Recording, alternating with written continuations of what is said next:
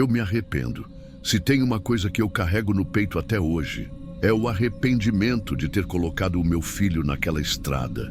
Ele só tinha 4 anos. Era só uma criança. E eu fui burro de achar que aquela viagem ia ser uma aventura para ele. Não foi. Foi uma lembrança que ele ainda carrega no corpo. Meu nome é Roberto. Sou caminhoneiro há quase 20 anos. Já rodei esse Brasil de ponta a ponta, mas foi lá pro sertão do Nordeste que minha cabeça virou. Eu nunca fui de acreditar nessas coisas, dessas que o povo conta por aí. Mas o que a gente viveu naquele trecho entre Salgueiro e Juazeiro, ninguém me tira da cabeça, nem com reza forte. A história começa quando eu consegui comprar meu próprio caminhão. Era um sonho antigo. Passei anos fazendo frete para os outros, dirigindo o caminhão dos patrão, aguentando prazos malucos e carga suspeita. Até que um amigo de grupo me mandou uma publicação. Um caminhão toco, baú refrigerado, ano bom, valor que parecia brincadeira. Achei que fosse golpe, mas o vendedor era de verdade. Um senhor mais velho, com a cara cansada e a voz arrastada. Falou que ia parar com estrada, que já tinha dado o que tinha que dar. Não entrou em detalhes e eu também não perguntei. Vi a oportunidade e abracei. Se arrependimento matasse, o caminhão estava em bom estado, com tudo em dia. Só tinha um cheiro estranho quando você subia na cabine, um negócio meio adocicado, meio velho, mas deixei pra lá. Pensei que era coisa da borracha do painel ou do filtro de ar. Na empolgação, resolvi estrear o caminhão, levando minha esposa e nosso filho, o Mateuzinho. Ia fazer um frete de carne do interior de Pernambuco até uma distribuidora no Cariri. Como o baú era refrigerado, topei logo. Carga leve, viagem tranquila e minha mulher animada de sair um pouco de casa com o menino. A primeira vez deles comigo. A saída foi de tarde, sol rachando, céu limpo, tudo parecia em ordem. Passamos em um posto no caminho, comemos um negócio simples e seguimos. Mateus estava empolgado, olhando tudo pela janela, brincando com um carrinho que ele adorava. Era uma cena bonita. Eu estava feliz, estava orgulhoso, sabe? Quando a noite caiu, eu já estava depois de Cabrobó, onde o mato toma conta da estrada e você só vê poste de luz de vez em quando. Trecho vazio, sem sinal de celular, sem casa, sem barulho, só o motor e o vento seco. Era o tipo de estrada que eu conhecia bem, mas dessa vez algo estava diferente. Comecei a perceber que o Mateus estava calado demais. Ele tinha adormecido, acordado e agora estava ali, no banquinho sussurrando. A princípio, achei que fosse brincadeira, coisa de criança. Mas minha esposa começou a ficar incomodada. Ela virou para ele e perguntou: "Tá falando com quem, filho?" E ele, com a voz mais baixa que eu já ouvi sair dele, respondeu: "Com a moça que tá ali no canto." O sangue gelou. Eu olhei pelo retrovisor, direto para a parte de trás da cabine. Claro que não tinha ninguém, só a cadeirinha dele, a mochila, o travesseirinho. Mas a expressão da minha esposa mudou na hora. Ela ficou pálida. Tentou sorrir, mas não saiu. Segurou a mão do Mateus e perguntou de novo, tentando brincar: "Que moça, filho?" E ele só apontou para um canto da cabine. "Ela tá sorrindo para mim, mamãe." Aquela noite começou ali. Tentei acalmar os dois. Disse que devia ser sonho, que criança mistura realidade com imaginação. Mudei o assunto. Liguei o rádio. Coloquei um louvor baixinho. Mas no fundo, eu mesmo estava com a espinha travada. Mateus ficou quieto depois daquilo. Dormiu de novo. A estrada seguiu escura, longa, seca. O calor era pesado, mesmo com o ar ligado. Em certos momentos, eu sentia o caminhão ficar estranho. Como se tivesse pesado demais. Como se tivesse mais alguém ali. De madrugada, já perto de chegar em Exu, eu ouvi o grito. Mateus acordou com um berro que parecia de dor. Um grito agudo, doído, que fez minha esposa soltar o cinto e pular para trás de imediato. Eu quase perdi o controle da direção. Parei no acostamento com as mãos tremendo. A gente achou que ele tivesse se machucado dormindo. Mas quando minha esposa pegou o bracinho dele, ela congelou. Tinha um hematoma enorme, roxo, descendo do ombro até quase o cotovelo. Um formato estranho. Eu encostei mais perto, com o farol interno aceso. Foi quando eu percebi, aquilo parecia uma mão. 5 dedos, com marcas nítidas de pressão. Mateus chorava baixinho.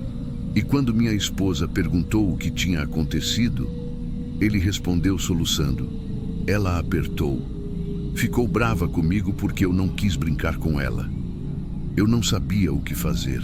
A gente estava no meio do nada. Escuro, quente, o asfalto vibrando embaixo dos pés. E o meu filho ali marcado por uma coisa que a gente não via. Aquele trecho da estrada ficou marcado em mim como um pesadelo em pé. E o que veio depois só serviu para piorar. Depois daquele grito, daquela marca no braço do meu filho, a viagem virou um tormento. A gente ainda tinha umas 3 horas até o destino final, mas eu já não pensava mais em carga, em horário, em frete. Só queria sair dali. Só queria chegar num lugar com gente, com luz, com qualquer coisa que parecesse normal. A estrada de madrugada entre Exu e Crato é longa e seca. Tem curva onde a terra parece estar esperando para engolir a gente. O caminhão ia pesado, o ar-condicionado já nem dava conta direito. Tudo estava sufocante. Até o silêncio do rádio me dava gastura. Minha esposa sentou no banco da frente comigo e passou o resto do caminho abraçada no Mateus. Ela tentava cochilar, mas toda vez que o caminhão passava por algum lugar mais escuro, ela dava uma olhada rápida para trás. Eu também, mesmo que não dissesse nada. A sensação era clara. A gente não estava sozinho ali dentro. Não sei te explicar. É como se a cabine tivesse contraída, sabe? Como se o espaço estivesse ocupado. Como se o banco vazio carregasse presença. Tinha um cheiro estranho também, que aumentava toda vez que o caminhão reduzia a velocidade. Não era de óleo nem de carne. Era um doce azedo e quente, como se o tempo ali dentro tivesse parado. Quando o sol começou a clarear o céu, a gente ainda estava na estrada. E foi só naquela primeira faixa de luz que eu respirei com menos dor. Era como se o sol tivesse empurrando aquilo embora. Ou pelo menos tentando, mas o peso não passou. Entreguei a carga quase sem olhar no olho do responsável. Assinei o canhoto, guardei o comprovante e não pensei 2 vezes. Parei num restaurante grande com banheiro limpo e uma área de sombra e deixei os 2 descansando.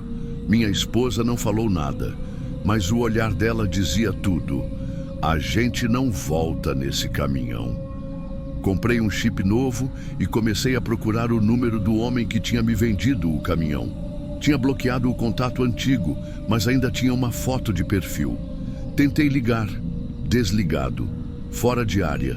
Fui atrás do nome completo dele nos grupos. Puxei conversa com 2 colegas que lembravam do nome. Foi quando um me chamou no privado. Esse caminhão é de um homem lá de Picos. Ele se matou dentro da cabine. A mulher dele tinha descoberto uma traição. Parece que ela veio atrás dele e os 2 morreram dentro do caminhão. Tem matéria na internet disso. Vê aí no G1 da época. O coração travou. Abri o site. Procurei. E lá estava. Homem encontrado morto dentro de caminhão frigorífico junto com a esposa em Posto do Sertão do Piauí. A notícia era curta. Dizia que ele foi esfaqueado. Que ela tirou a própria vida depois. Tudo isso dentro da cabine. Dentro da mesma cabine onde meu filho dormiu. Onde ele falou com a moça. Na hora, eu larguei o celular no volante. A ficha só caiu quando olhei pelo retrovisor e vi meu filho dormindo, respirando curtinho. A lembrança da mão no braço dele voltou como uma martelada. Meu filho. Aquela coisa encostou nele. Eu nunca contei nada disso para minha esposa. Não em detalhes. Ela já sentia. A verdade é que ela sabia desde o primeiro susto. Naquela noite, ali mesmo no restaurante, ela virou para mim e disse: "A gente não pode seguir com esse caminhão." Eu só balancei a cabeça. Não discuti. Não tentei justificar. Só concordei. Mas a gente estava longe de casa, sem como voltar. Eu precisava terminar a viagem e devolver os dois com segurança. Então a decisão foi continuar, mas sem dormir mais dentro do caminhão. Dormimos em pousada, estrada com movimento e só de dia. Chegamos em casa no terceiro dia e na mesma tarde eu anunciei o caminhão. Vendi ele rápido, por um valor ainda mais baixo do que eu paguei. Não quis saber quem comprou, não contei nada. Tem coisa que a gente enterra. A rotina voltou, aos poucos. Peguei outro caminhão, mais velho, mais feio, mas com história limpa. Mas o peso não passou tão fácil assim. Até hoje, meu filho tem pesadelos. Ele acorda de madrugada chorando e falando baixo. Quando a gente chega perto, ele diz coisas que não fazem sentido. Ela tá com frio, ela quer que eu brinque, ela tá sentada de novo. Minha esposa diz que é trauma, que vai passar. Mas eu não acredito nisso, não. Porque às vezes, quando eu tô passando pela porta do quarto dele e escuto aquele murmúrio, quando eu encosto para ver se ele tá suando, se tá com febre, eu sinto a mesma coisa que senti naquela estrada entre Salgueiro e Juazeiro. Um ar parado, um calor estranho e aquele cheiro doce e azedo que eu nunca mais consegui esquecer. Semana passada, ele apontou para a porta da cozinha de madrugada e murmurou baixinho. Ela tá esperando lá fora, com a mão atrás das costas.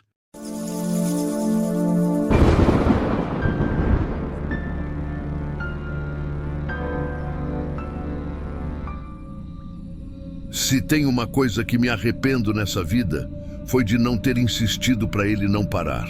Não era hora, não era lugar. E mesmo assim ele parou. A última coisa que eu escutei dele foi um pedido de ajuda. Mas aí já era tarde. Meu nome é José. Tô na estrada desde novo.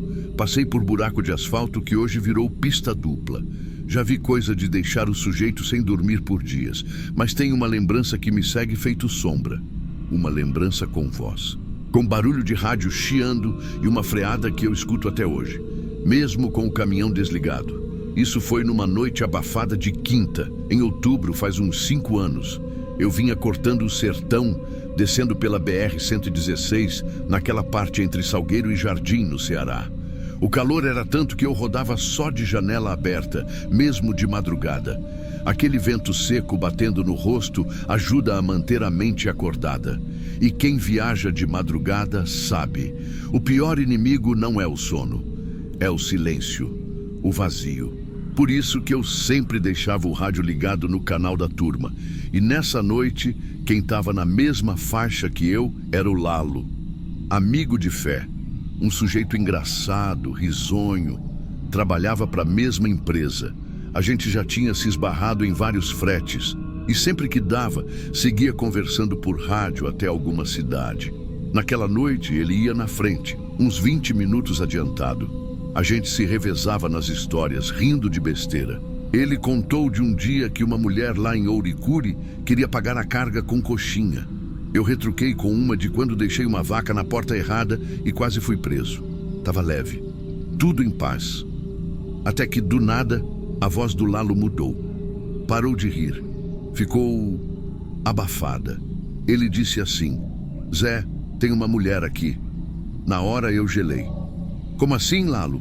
Mulher onde? À beira da estrada, sozinha. Tá parada, olhando. Tá pedindo carona. Eu já respondi na hora.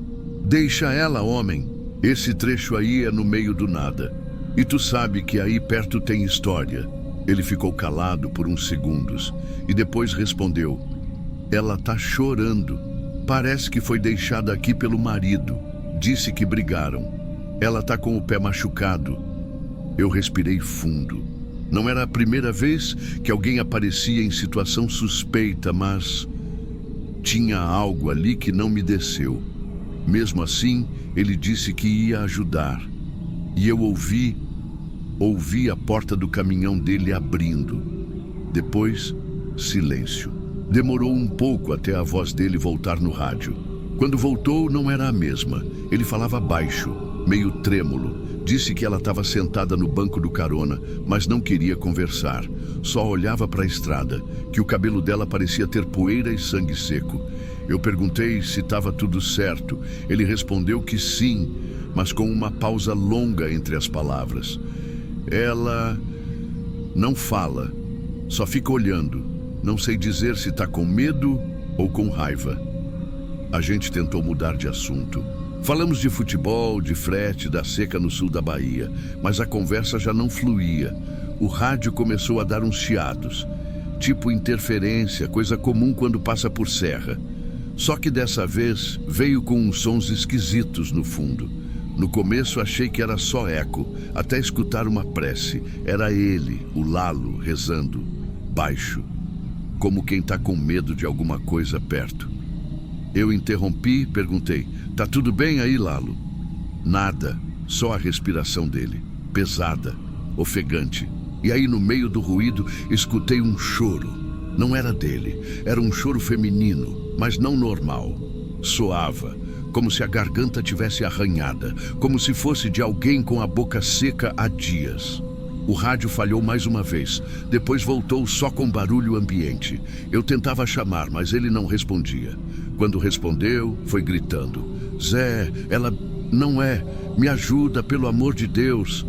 E logo depois disso teve um som seco, como de uma batida contra metal, forte, e o rádio cortou.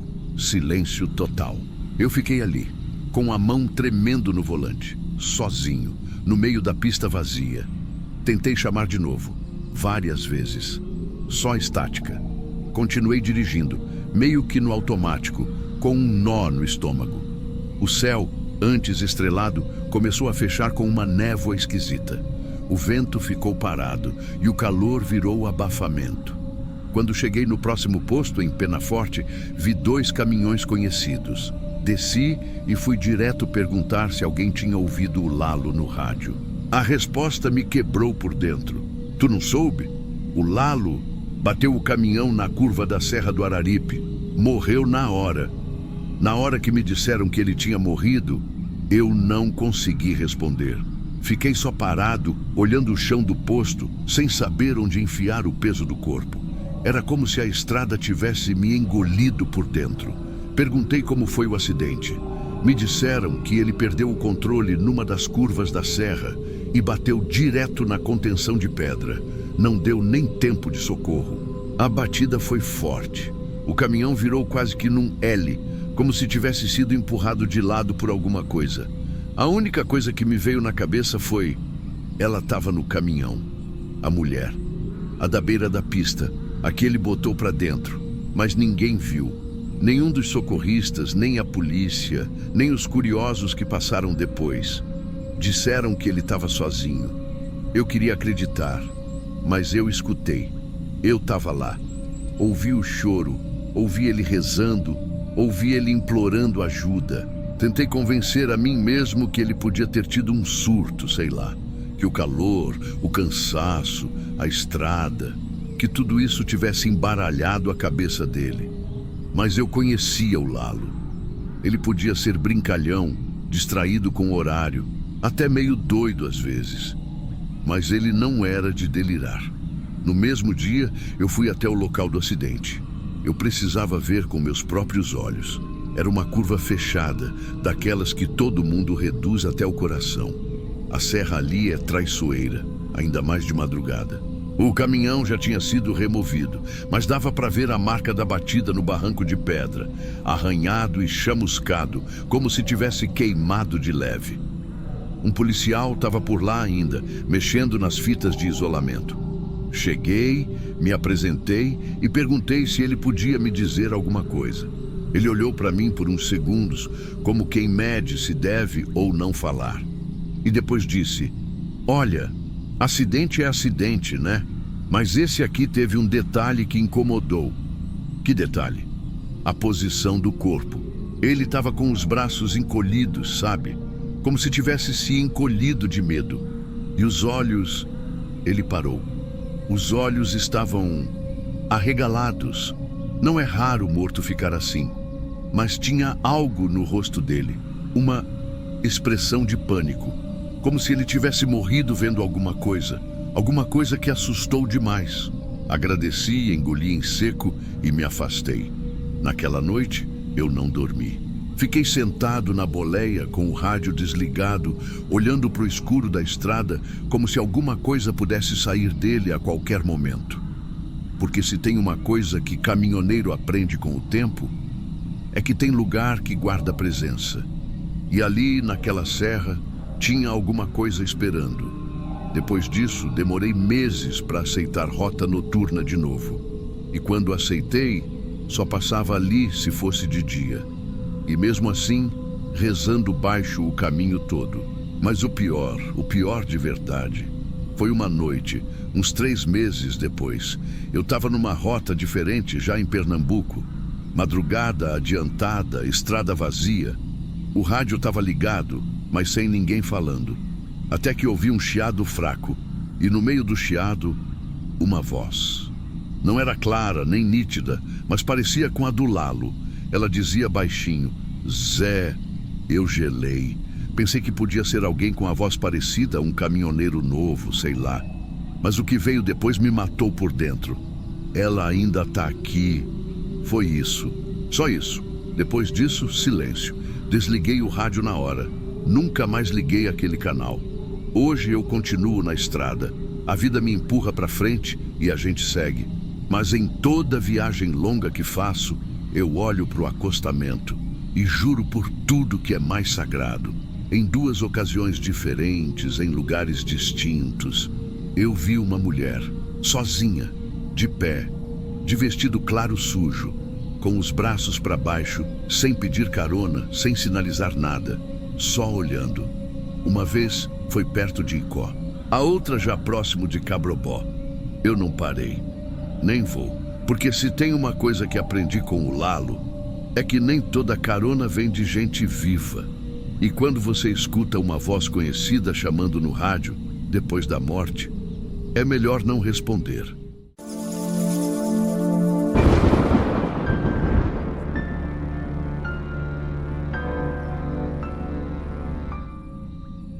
Meu nome é Zé Carlos, e essa história aconteceu faz alguns anos.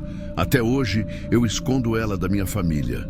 Tenho muito respeito pela minha mãe, e se ela descobrir que isso aconteceu comigo, tenho certeza que ela vai me aconselhar a não voltar mais para as estradas. E conselho de mãe é aviso de Deus. Eu tinha saído de Recife numa quinta-feira à tarde, depois de descarregar umas frutas no Mercado Central. Minha rota era para Campina Grande, mas acabei pegando a BR-316 sentido interior, para cortar caminho e ganhar umas horinhas. Quem vive na estrada sabe que tem hora que o corpo pede um descanso, mas tem vez que a gente ignora. E esse foi meu erro. O calor estava grosso, daqueles que parece que gruda poeira no osso. A noite chegou com um vento abafado e por volta das 2 da manhã eu comecei a sentir aquele peso nas pálpebras. Pisquei mais demorado umas 3 vezes e na 4ª eu quase fui. Decidi parar. Lembrei de um lugarzinho onde já tinha parado antes, perto de um entroncamento de estrada vicinal, do lado de um posto antigo que há muito tempo faliu. O lugar ainda tinha um banheiro velho de alvenaria e umas mesas de cimento com banco rachado. Só. Mais nada, nem uma viva alma. Mas naquela hora era o suficiente. Estacionei o caminhão bem de frente para o banheiro. Peguei minha garrafinha d'água, abri a porta, deixei o farol ligado e fui andando. O chão rangia de seco e o único barulho era o zumbido dos insetos e o gemido do vento passando pelos arbustos. O banheiro estava como sempre, um espelho quebrado, piso rachado, cheiro de mofo e urina antiga. Mas eu estava mais preocupado em molhar o rosto do que com conforto. Lavei as mãos, respirei fundo e fui ao mictório. Foi aí que escutei um barulho seco, como se alguém desse 3 batidas fortes numa chapa de ferro. Ecoou ali dentro. Meu coração disparou. O som tinha vindo da porta do banheiro. Fiquei travado. Senti aquele arrepio subindo pela nuca. Tentei racionalizar. Talvez fosse o vento. Ou algum animal. Mas aí veio o segundo susto. Sem nenhum som de passo ou aviso, uma voz rouca e baixa, quase sussurrada, soprou bem no meu ouvido do lado esquerdo. Você não devia ter parado aqui. Não era um pensamento, não era imaginação. Eu ouvi. Eu senti o bafo. A voz era de alguém, ou de alguma coisa que estava ali. Perto, muito perto. Saí do banheiro num salto. O farol do caminhão ainda iluminava uma faixa da frente do mato. Corri sem olhar para os lados, com a garrafa na mão, tremendo. Cheguei no caminhão, entrei e bati a porta. Travei, liguei o motor, mas antes de sair, eu olhei pelo espelho retrovisor só por instinto, e foi aí que vi uma coisa que gelou meu sangue. Perto do pneu traseiro do lado direito, tinha algo no chão, algo que não estava ali quando estacionei. Parecia um trapo escuro, mas olhando melhor, eu vi que era algo orgânico, um pedaço de carne escura, ressecada. Saí com o caminhão devagar, com medo de passar por cima daquilo, mas não parei para conferir. Só quis ir embora. Depois de uns 3 quilômetros, já com mais luz da estrada, parei o caminhão num recuo e desci. Caminhei até a porta do lado do passageiro para pegar meu terço no porta-luvas. Foi quando eu vi. Tinha um saco plástico, transparente, em cima do banco do carona.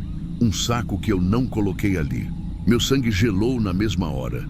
As pernas fraquejaram. Abri com cuidado, tremendo. Dentro tinha um pedaço de osso com carne escurecida ainda grudada e uma mandíbula humana incompleta, com 2 dentes faltando. Eu fiquei uns bons minutos parado ali, sem saber o que fazer. O motor ainda ligado, a luz interna acesa e aquele saco no banco, como se alguém tivesse colocado ali de propósito, como se fosse para mim. A primeira coisa que pensei foi em jogar aquilo fora, mas aí veio o medo. E se for de alguém desaparecido? E se acharem que fui eu? Peguei o saco com um pano que tinha no caminhão e coloquei dentro de uma caixa vazia de isopor que eu usava para manter fruta fresca. Coloquei no fundo da boleia, bem coberto. A única coisa que consegui fazer foi continuar dirigindo. Mas eu já não era o mesmo. Cada farol que cruzava comigo, eu achava que era polícia. Cada som que o caminhão fazia parecia gente falando. Cheguei numa cidade pequena umas 2 horas depois. Entrei num posto 24 horas, pedi um café e perguntei onde ficava a delegacia.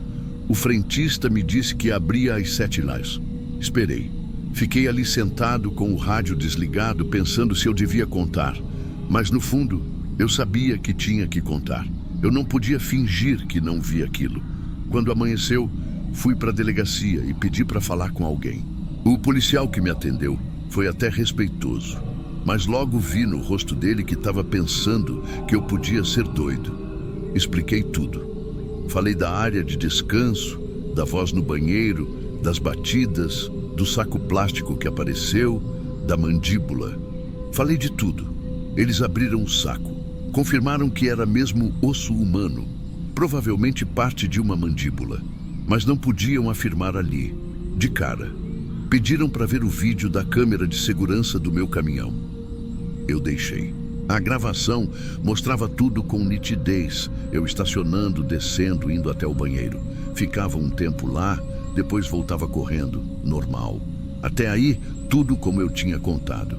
Mas teve um detalhe que ninguém esperava. Às 3h17, exatamente o horário que eu ouvi a voz. O caminhão se move levemente, como se alguém tivesse entrado nele. Não era vento. Era um balançar firme, como se uma pessoa subisse na boleia. O banco do passageiro, que estava vazio antes, de repente aparece com o saco plástico já ali em cima. Ninguém apareceu colocando, nenhum vulto, nenhuma imagem, só o saco, do nada. O policial me olhou de um jeito diferente. Ele já não achava que eu era só mais um que tinha visto coisa na estrada por causa do cansaço. Ele não falou nada, mas eu vi no olhar que aquilo mexeu com ele também. Fizeram uma busca na área de descanso. Me pediram para indicar onde exatamente eu vi o que achei que era um trapo. Levei eles até lá. E lá estava a marca. Uma mancha no chão, seca, escura. E do lado, o que parecia ser uma parte de língua humana ressecada, já coberta de poeira. Nenhum corpo, nenhum documento, nenhum vestígio de luta, pneu, passo, nada. Só aquilo. O caso foi registrado, mas pouco tempo depois, arquivado. Não havia denúncia de desaparecimento compatível. Nenhuma família procurando ninguém com os dentes que batiam com os da mandíbula. Ficou como essas coisas que ninguém explica e que a estrada enterra no silêncio, como se a própria terra puxasse o que ela quer guardar. Hoje em dia, eu continuo rodando por esse Brasil. A estrada é minha casa, minha oficina, minha igreja. Mas depois daquela madrugada, eu não paro mais em lugar deserto. Nunca mais. Já deixei de dormir, de comer, de descansar, só para chegar em algum posto movimentado com gente, luz e barulho. Porque agora eu sei que tem lugar onde não se deve parar, mesmo. E tem aviso que, por mais absurdo que pareça, é melhor obedecer. Obrigado por ter escutado até o fim. Eu espero de verdade que isso nunca aconteça com você. Se você gostou do relato, deixa o like e se inscreve no canal. E lembra, estrada deserta também escuta, e às vezes ela responde.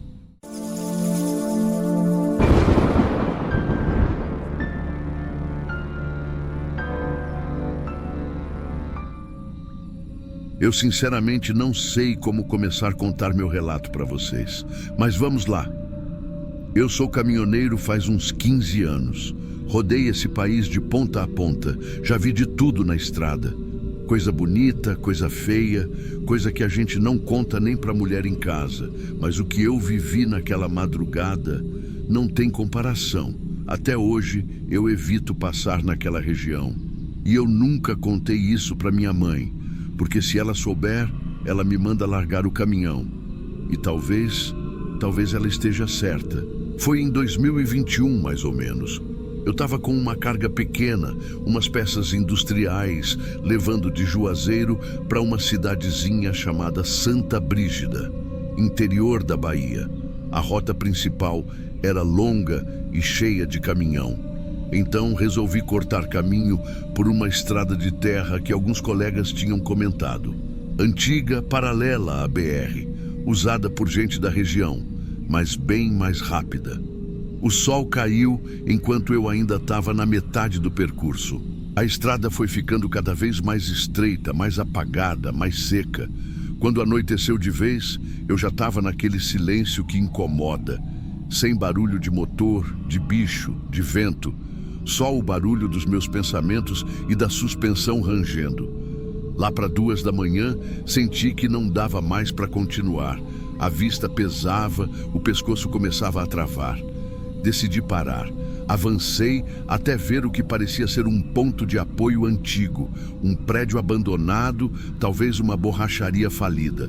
Tinha só o esqueleto da construção, telhado meio caído, um poste tombado e mato crescendo pelo chão rachado. Atrás dele, um morro seco, cheio de galho torto e umas árvores retorcidas. Parei o caminhão de ré, encostado nos fundos. O lugar dava medo, mas era isolado, melhor do que dormir no meio da estrada. Desliguei tudo, tranquei as portas, me joguei na cama atrás do banco e apaguei. Apaguei mesmo, de um jeito que o corpo desliga por completo. Eu acordei com um som seco, tipo uma pancada. Não forte, mas repetida, como se tivesse um portão batendo no vento. Mas não tinha vento nenhum. Levantei devagar, ainda zonzo. O som vinha de trás do caminhão, da direção do morro. Olhei pelo vidro, vi um pano branco, bem alto, balançando numa árvore, tipo lençol ou camiseta preso num galho.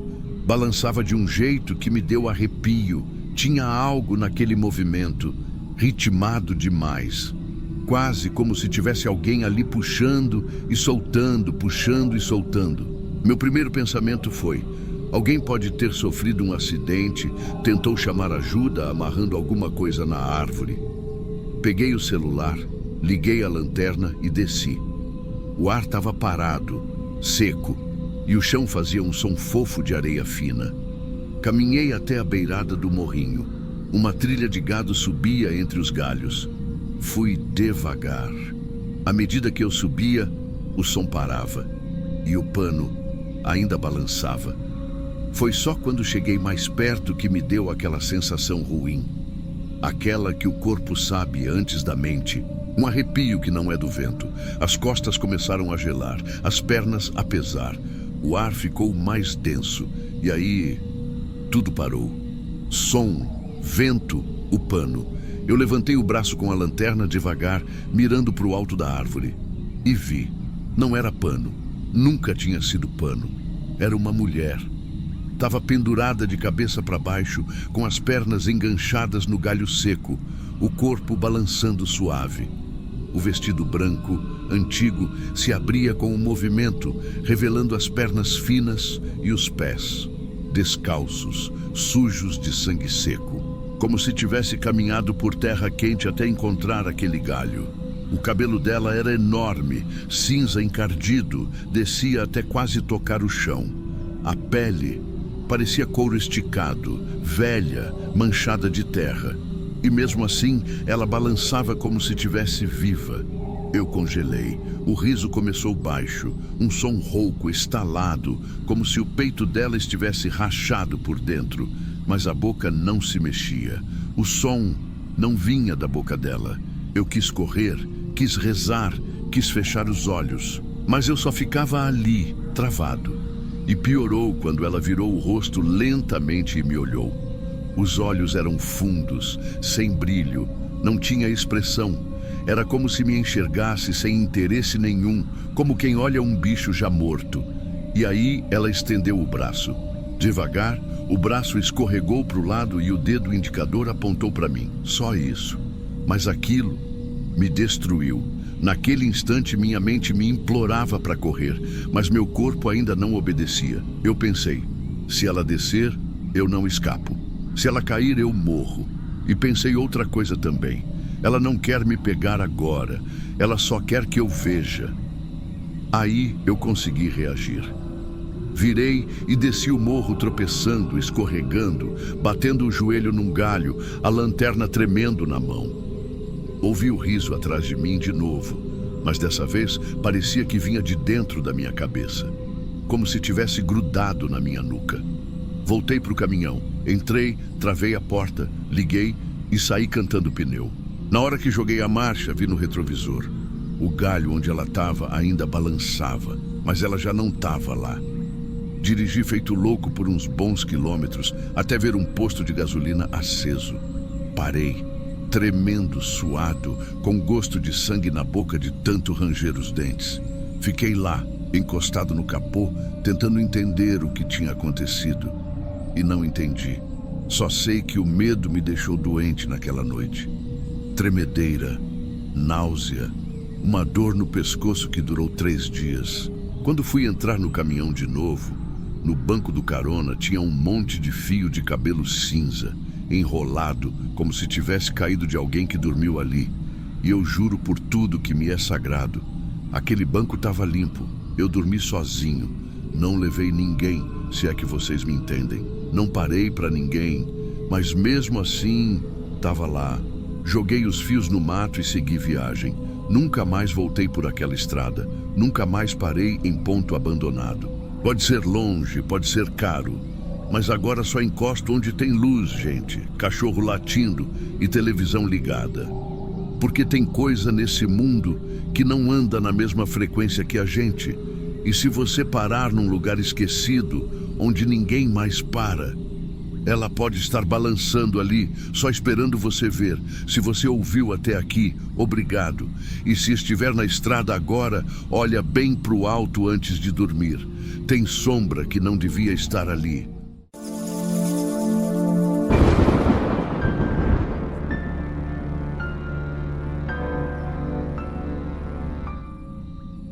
Meu nome é João Batista e eu te convido a ouvir meu relato, mas peço que escute com respeito.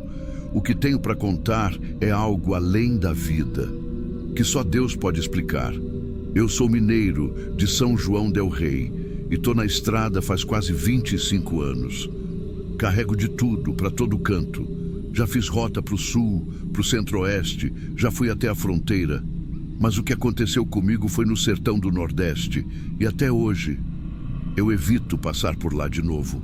Naquela semana eu tinha feito uma entrega no Ceará e a empresa pediu para eu descer por dentro por uma rota alternativa até a Paraíba para pegar uma carga de volta. Era um trecho mais vazio, passava por dentro do sertão de Pernambuco, cortando umas cidades pequenas, tipo São José do Belmonte, Serra Talhada, aquelas bandas. Eu não sou de recusar serviço, ainda mais quando é frete pago e de confiança. Mas tinha algo naquela noite, um aperto estranho no peito, sabe? Como se eu tivesse esquecido alguma coisa importante. Mas fui mesmo assim. A estrada era seca, longa, cheia de subidas e descidas curtas, e um vento cortando que levantava a poeira da beira do asfalto. Tava tudo tranquilo, só eu, o farol e o silêncio. Nem rádio pegava. O céu estava limpo, sem nuvem nenhuma, mas o ar era pesado. Calor abafado, diferente do calor de Minas. Aquele era um calor parado, que parecia estar esperando alguma coisa acontecer. Lá para as 3 da manhã, quando eu já estava com mais de 4 horas seguidas de volante, entrei num trecho de serra. Era uma subida longa, ladeada por pedras e mato seco dos dois lados. E foi aí que começou. No meu retrovisor, vi uma coisa meio amarelada, piscando longe, tipo uma luz vindo da serra. Pensei que era outro caminhão subindo atrás, mas depois percebi que não. A luz não seguia a estrada. Ela vinha por dentro do mato. E não era só uma, eram 2, 3, depois umas 5, dançando em zigue-zague, como se flutuassem por cima das pedras. Na hora me veio à cabeça umas histórias que ouvi no posto de Salgueiro uns dias antes. Os mais antigos chamam de fogo morto. Dizem que aparece onde teve promessa descumprida, ou morte que ficou sem reza. Eu ri na hora que ouvi aquilo, mas naquela hora, na subida da serra, eu não estava achando mais graça não. As luzes vinham descendo como se estivessem vindo atrás de mim. Eu tentei ignorar. Fiquei olhando só para frente, apertei o volante e pensei que podia ser qualquer coisa. Reflexo, gente com lanterna. Mas aí uma das luzes cruzou a estrada na minha frente, do lado direito para o esquerdo, e sumiu dentro do mato. E o caminhão ficou pesado. Como se tivesse carregando pedra ou como se tivesse vento contrário, mas o ar estava parado. Dei uma acelerada. A caixa de marcha deu um tranco feio e senti o volante puxar para o lado. O farol tremia na estrada e aí veio o primeiro som. Uma pancada no retrovisor esquerdo, baixa, seca, como se alguém tivesse batido com a mão. Não era pedra, não era galho, era algo mais firme. E depois da pancada veio um barulho de arrasto, como se alguém tivesse subido ali do lado e estivesse se arrastando pela cabine. Eu não queria olhar, juro por Deus, eu não queria olhar, mas olhei. No espelho eu não vi ninguém, mas vi o reflexo da carroceria tremendo lá atrás, como se alguém tivesse pulado em cima. Pensei em parar, mas tudo em mim gritava para não fazer isso. E então o som entrou pela cabine. Não era barulho de vento, nem de motor. Era um sussurro embolado, meio rouco, como se tivesse alguém falando atrás do banco do carona, só que sem formar palavra. E aquilo foi ficando mais alto e mais embolado, até virar tipo uma litania, tipo um lamento abafado, como se tivesse alguém tentando me falar alguma coisa que não dava para entender. Eu apertei os olhos e comecei a rezar. Padre Nosso, Ave Maria, tudo embaralhado. E foi nesse momento que a luz voltou. Não mais do mato, nem da serra. Ela apareceu direto na frente do caminhão, flutuando, alta, amarelada, sem forma, e por um segundo eu vi um rosto dentro dela. Mas não era rosto de gente, era fino, comprido, os olhos fundos, sem boca, só o olhar parado, como se estivesse esperando algo de mim. Eu desviei por instinto. O caminhão quase tombou. Fui parar meio fora da pista, perto de um barranco raso. Os pneus da frente passaram no cascalho, mas consegui controlar antes de sair de vez. E nesse instante, o rádio chiou. Um chiado forte que parecia vir de longe, e no meio dele uma voz cortada, como se alguém estivesse tentando falar. Não para, ele está descendo, só isso. E silêncio. Eu fiquei parado ali uns segundos, no acostamento de pedra, sem saber se ligava o rádio de novo ou se descia para ver a traseira. Mas minha mão não obedecia. Estava suando, tremendo. O motor ainda roncava e eu só pensava em sair dali o mais rápido possível. Quando fui ajeitar o espelho lateral para tentar enxergar o baú, vi de relance algo subindo pela lateral da carroceria. Rápido, grudando como se fosse um bicho. E não fazia barulho. Era como se o som fosse engolido pelo próprio caminhão. A luz que eu tinha visto antes não voltou, mas o peso voltou. Um peso no teto da cabine. Primeiro sutil, depois mais firme, como se alguém tivesse se deitado lá em cima. E aí veio o som. Dessa vez não foi voz nem pancada, foi respiração, bem em cima de mim. Respiração pesada, funda, rítmica, como se algo estivesse descansando. Eu tentei gritar, mas só saiu o ar. Tentei mexer os pés, mas estavam presos no tapete do medo. Só consegui rezar de novo, mas rezar com a cabeça vazia. Não saía nada direito. As palavras vinham embaralhadas. Foi aí que eu senti o bafo quente vindo pela fresta da janela, como se algo estivesse enfiando a cara ali, rente ao vidro, por cima da porta. E quando olhei, tinha um olho me olhando. Mas não era um olho normal. Era fundo, sem pupila, branco, como se fosse cego. E mesmo assim, ele me via. Foi nesse momento que eu gritei, sozinho, dentro da cabine, como uma criança. Meti o pé na embreagem e arranquei. Saí daquele ponto com tudo, com a sensação de que alguma coisa ficou para trás. Ou que não precisava mais ficar grudada, porque já estava dentro. A estrada descia e cada curva parecia apertar minha alma. Uns 20 minutos depois, vi um posto velho, sem placa, com só uma bomba coberta de poeira. Era mais um ponto abandonado do que qualquer coisa, mas parei. Eu precisava sair dali. Respirar, sentir o chão. Desci devagar, com as pernas moles, e dei a volta no caminhão. Não tinha sinal de arrombamento, nem marcas estranhas. Até que cheguei na lateral direita, onde a luz tinha passado antes. Ali, bem na lataria, tinha uma marca de mão. Mas não era uma mão normal. Era comprida. Os dedos pareciam ossudos e o polegar estava virado ao contrário. A marca estava seca, como se tivesse sido deixada com fuligem, só que de dentro para fora. Era como se tivesse alguém dentro do baú, mas lá não tinha nada. Eu mesmo tinha levado ele vazio. Voltei correndo para a cabine. Só que ao entrar, a cabine não estava mais igual. O ar tinha mudado, estava abafado, fechado. E o rádio que estava desligado chiou sozinho. Dessa vez saiu uma voz nítida, mas calma. Feminina. Agora eu lembro de você. Só isso. Como se aquela coisa me reconhecesse. Na hora, o desespero virou pânico. Liguei o caminhão e dirigi sem parar até o dia clarear. Quando amanheceu, o calor foi substituído por um vento gelado, como se a estrada tivesse lavada pelo tempo. Cheguei no ponto de entrega já de manhã. Estacionei debaixo de uma sombra e respirei fundo. O caminhão estava todo inteiro. O baú vazio como deveria. A cabine aparentemente normal. Mas quando fui passar um pano no vidro do lado do carona, a marca da mão apareceu. Não era sujeira, era úmida, recente. Os dedos eram os mesmos, compridos, esticados, mas agora tinham um formato mais humano, quase feminino, como se tivessem se adaptado. Não tive coragem de limpar.